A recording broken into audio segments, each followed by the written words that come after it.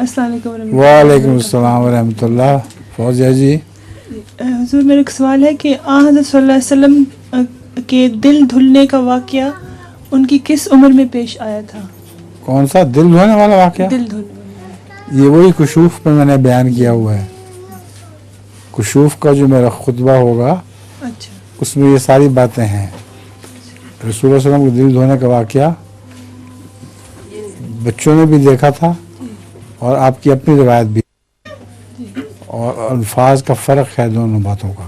یہ اس وقت کی بات ہے نا جب آپ اپنی رضائی والدہ کے پاس ہوتے جی، تھے، حضرت حلیمہ سعدیہ کے پاس۔ بہت چھوٹی عمر ہوگی، 3-4 سال، بہت چھوٹی عمر کی۔ تھی۔